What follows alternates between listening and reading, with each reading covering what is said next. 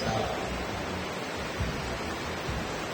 Wewe ulipita sana pengo za magotini mwili mzima. Sasa anasema mwili mzima unaona.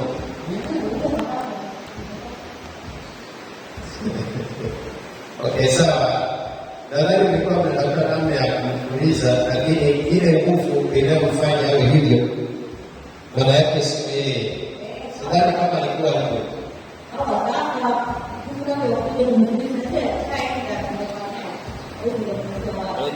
Ni sawa.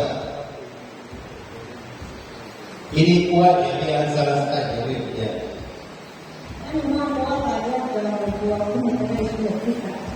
Sawa.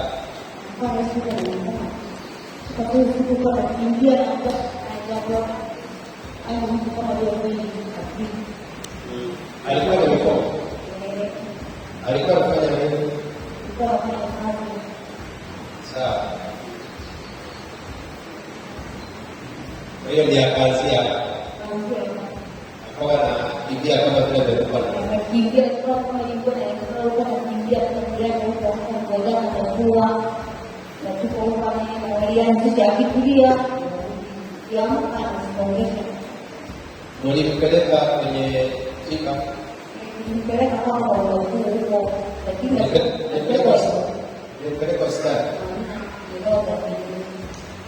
Baada sawa. Kama kuna ya kumiliki ya kwanza baadaye ana kongo za wingi na hapo. Okay. Kwa hiyo ilikuwaje kanani akaja hapa? Kaja ilimka kwa kama nitendeni kwa Mungu.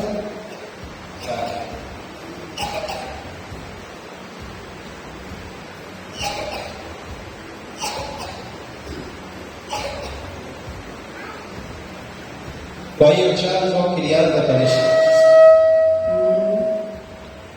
siku ya uchaguzi. Okay, sawa. Nadhani akili yake itakaa sawa.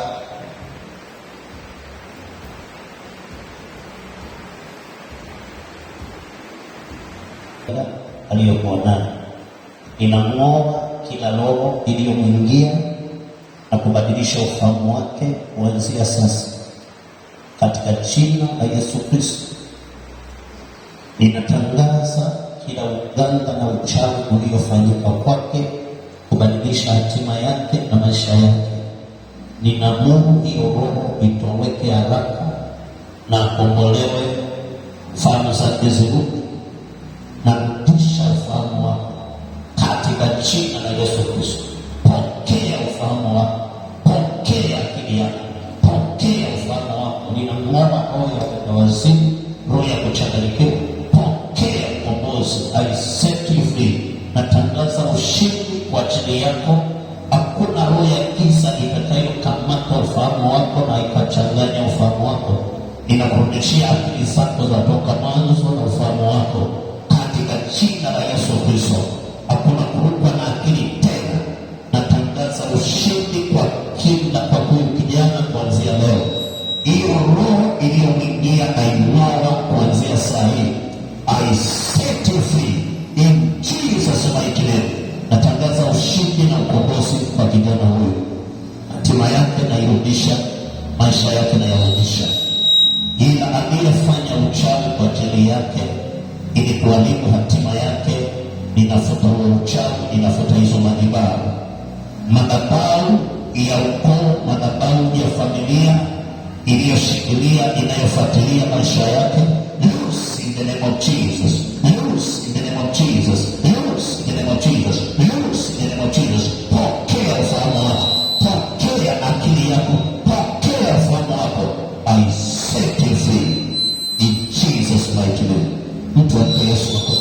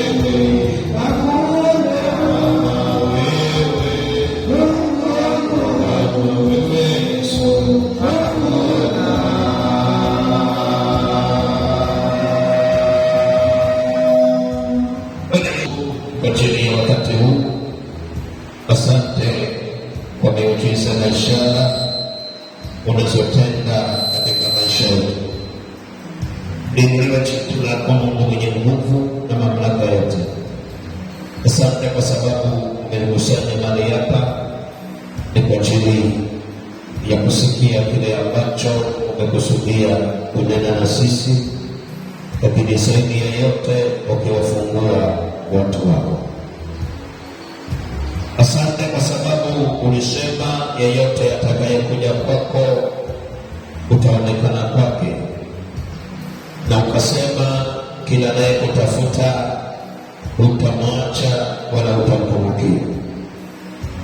Na ikiwa watu wako wamekuja kwa nyumba hii siku ya leo wakiwa na maswali ndani yao, wakiwa na hoja ndani yao, wanatamani Bwana Yesu ukazungumze nao, lakini zaidi ya yote ukawaondolee mateso yote walio nayo. Wengine wameteseka muda mrefu, na wengine wamekuwa ni wagonjwa muda mrefu, lakini uponyaji wako ni wa ajabu na ni wa tofauti, na kila aliyekuamini wewe anapona na anafunguliwa. Na ikiwa watu wako wanaamini ya kwamba Mungu wa haya madhabahu unaweza kuwapumzisha na kuondoa yote mabaya juu yao, kama ni magonjwa, kufuta magonjwa yote, laana zote na kila udhaifu, na wakaishi na wakawa na uzima ndani yao, vile vile walivyoamini ndani ya mioyo yao, ukatende hayo sawasawa na imani yao. Wapokee, kwa maana Mungu umekusudia kuwaponya, kuwafungua na kuwaweka huru. Hakuna yeyote atakuja kwenye nyumba hii na kwenye haya madhabahu akose ushindi na baraka tele. Yesu nasema tu ni asante, miujiza na ishara ukazitende zaidi. Tunapoendelea na ibada hii, mkono wako wa neema uwe juu yetu. Bariki neno lako masaa haya, ukufundishe na kutuelekeza yote. Kupitia neno lako ukawaponye wanao, kupitia neno lako ukawafungua watu wako. Nasema ni asante Bwana Yesu, ninakutukuza. Heshima na utukufu zikurudia wewe. Ni katika jina la Yesu Kristo tunaomba na tunaamini, amen. Unaweza kumpa Yesu makofi mazuri. Naomba tukae.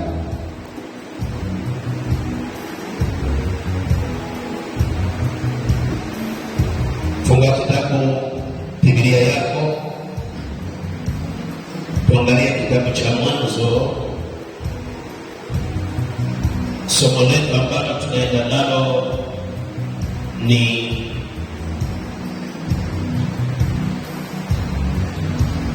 kwa habari ya vita ya mwanamke na uzao wake. Vita ya mwanamke na uzao wake. Vita ya mwanamke na uzao wake. Tunaangalia mwanamke kama mwanamke ana vita gani, lakini pia wale wanaozaliwa na yeye na wenyewe wana vita gani. Na wakati ninasoma Biblia nikagundua ya kwamba vita ya kiroho kwa mwanadamu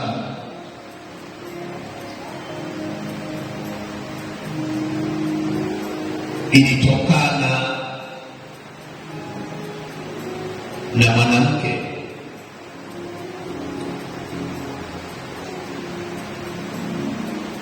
Kwa hiyo kila mwanadamu ni uzao wa mwanamke. Kila mwanadamu ni uzao wa mwanamke.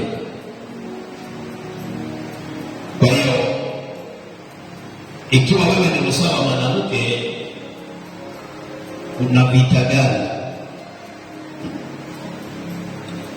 Kwa hiyo hebu tusome kwenye kitabu cha Mwanzo sura ya 3 Mwanzo sura ya 3 na mstari ule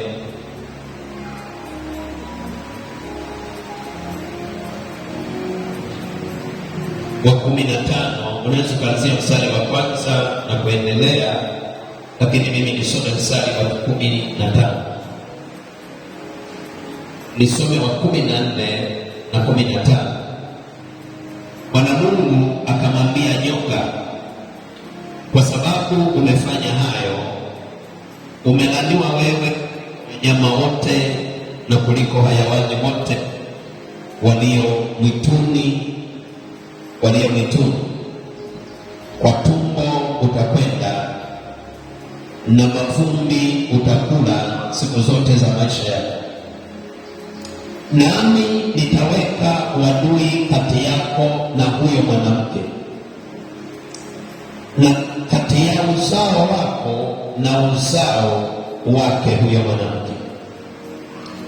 Huo manake uzao wa mwanamke utakuponda kichwa wewe Shetani, au wewe joka, na wewe utamponda au utamuuma kisigino.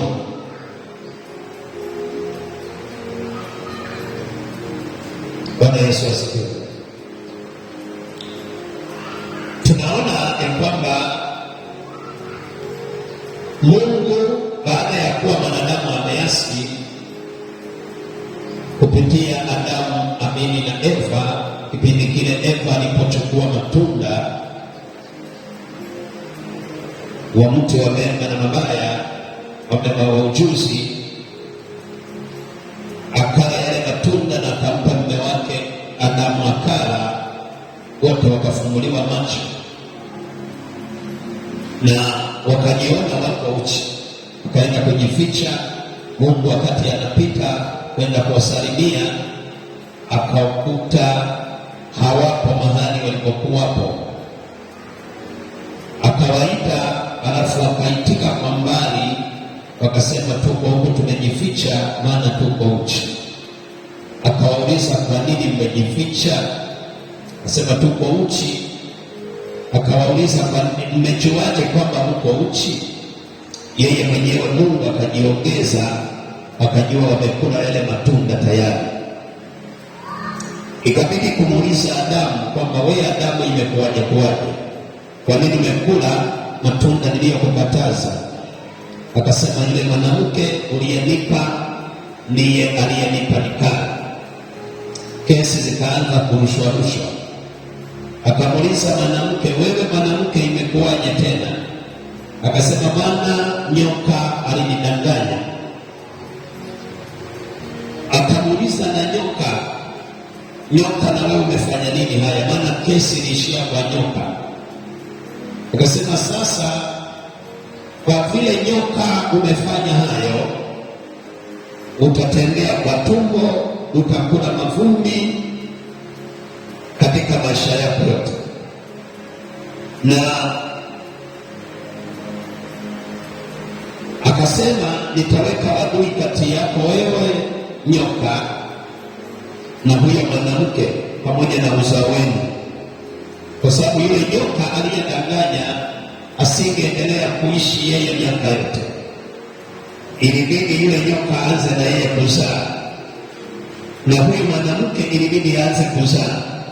Kwa hiyo wale wanaozaliwa na huyu nyoka na hao wanaozaliwa na huyu mwanamke, kukawepo adui kati ya huyu mwanamke na huyu nyoka na uzao wao.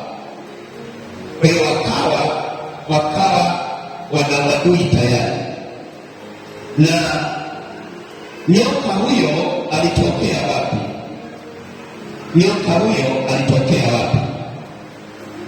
Shetani wakati anataka kwenda kumdanganya mwanadamu, yeye Shetani ni roho, akawa hawezi kwenda mbele ya mwanadamu kumwambia, Bwana nataka nikudanganye. Hawezi, kwa sababu yeye ni roho. Hawezi kwa sababu yeye ni roho. Kwa hiyo ikabidi yule Shetani ambaye ni roho asema, sasa ili niende nizungumze na mtu ni lazima niwe na mwili. Akaukosa mwili wa mwanadamu wa kwenda kudanganyishia, akaukosa mwili wa mtu, kwa sababu kipindi hicho walikuwepo watu wawili tu, walikuwepo Adamu na walikuwepo Eva, watu wawili tu.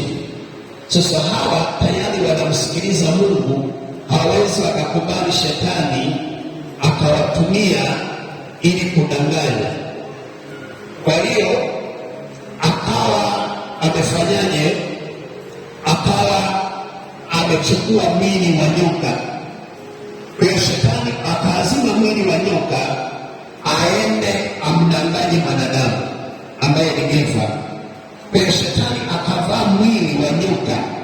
Wakati nyoka anaenda kumdanganya Eva, hakuwa nyoka, alikuwa ni shetani katika sura ya nyoka.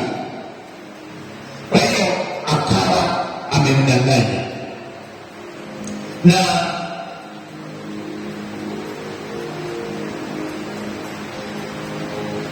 kwa sababu alikubali kudanganywa, ikabidi Mungu aweke hukumu kwamba kutakuwepo na uadui kati ya nyoka na uzao wake na mwanamke pamoja na uzao wake. Kwa hiyo ikawekwa pale. Kwa hiyo ukisoma ile Ufunuo, tusoma ile Ufunuo sura ya Ufunuo wa Yohana sura ya 13 ya 12 mstari wa 13. Ufunuo wa Yohana sura ya 12 na mstari wa 13.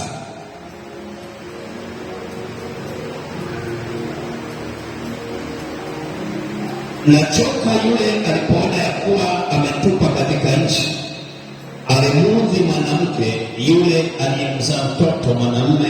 Mwanamke yule akapewa mabawa mawili ya tai yule mkubwa, ili aruke aende zake nyikani hata mahali pake, hapo alishwapo kwa wakati na nyakati na nusu ya wakati, mbali na nyoka huyo. Nyoka akatoa katika kinywa chake nyuma ya huyo mwanamke maji kama mto, amfanye kuchukuliwa na mto ule. Nchi ikamsaidia mwanamke, nchi ikafunua kinywa chake, ikaumeza mto ule aliyoutoa yule joka katika kinywa chake.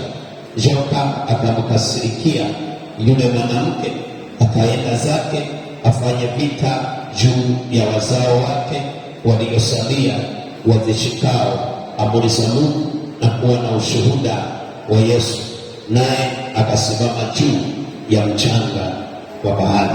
Bwana Yesu asifiwe.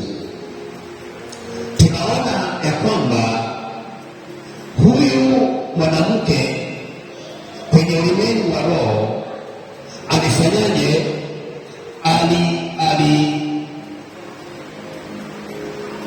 Alionekana kwenye ulimwengu wa roho huyu mwanamke ambaye alikuwa amejifungua, amezaa. Lakini huyu mwanamke baada ya kuwa amejifungua mtoto wake wa kiume, akaonekana joka ambaye alikuwa anamtafuta yule mama, na wakati anamtafuta ikabidi huyu mwanamke apewe mabawa ya kuruka. Huyu mwanamke akapewa mabawa ya kuruka ili amkimbie huyu joka, na alipopewa yale mabawa ya kuruka ili amkimbie joka, yule joka akaona ya kwamba huyu mwanamke anataka kuniacha, ikabidi ateme mto wa maji nyuma ya yule mwanamke. Alafu wakati mwanamke anakimbia, maji akatokea kama mto ghafla, yule mwanamke akaingia ili azame. Sasa ikabidi nchi ikaamuliwa na Mungu iyameze yale maji yaliyotengenezwa, ule mto uliotengenezwa na joka, yale maji yakameza, yaani kama vile imetokea mto alafu ikapasuka maji yakapotea ndani ya ardhi. Kwa hiyo ule mto ukafutika, huyu mama akaendelea kukimbia, akamwacha ile choka. Yule choka alipoona ameachwa na yule mwanamke, akaapa akasema, nitafanya vita na wazao wa huyu mwanamke waliosalia, na akasema tageti yangu itakuwa kwa ajili ya wale walioshika maagizo ya Mungu, walioshika Mungu, sheria za Mungu na ushuhuda wa Yesu. Hao ndio nitadili nao. Kwa nini alisema hao? Kwa sababu choka yeye kwa lugha nyingine ni shetani, na shetani hahangaiki na watu ambao hawamjui Mungu. Shetani anahangaika na watu wanaomjua Mungu, anahangaika na watu ambao wanamjua Mungu. Hao ndio anahangaika nao, hawezi kwenda. Ndio maana unakuta mlezi amegongwa na gari. Amen. Uwezi unakuta mlezi amegongwa na gari, wala uwezi ukakuta mtu ambaye amepagawa na mashetani, labda ni kichaa amepagawa akagongwa na gari. Ni mara chache sana. Lakini wewe mwenye akili ukiingia tu barabarani unaswagwa. Kwa nini? Kwa sababu hawa watu, zile roho zilizoko ndani yao ambao zinatoka kwa shetani, shetani akubali watu ambao tayari anao yeye awapoteze. Anataka wale watu waliomwamini Mungu, wale watu wanaomtafuta Mungu, hao ndio anataka wapoteze ili waachane na Mungu. Kwa hiyo ndio maana nakuta mtu mwenye zake ndiye anayefanyaje,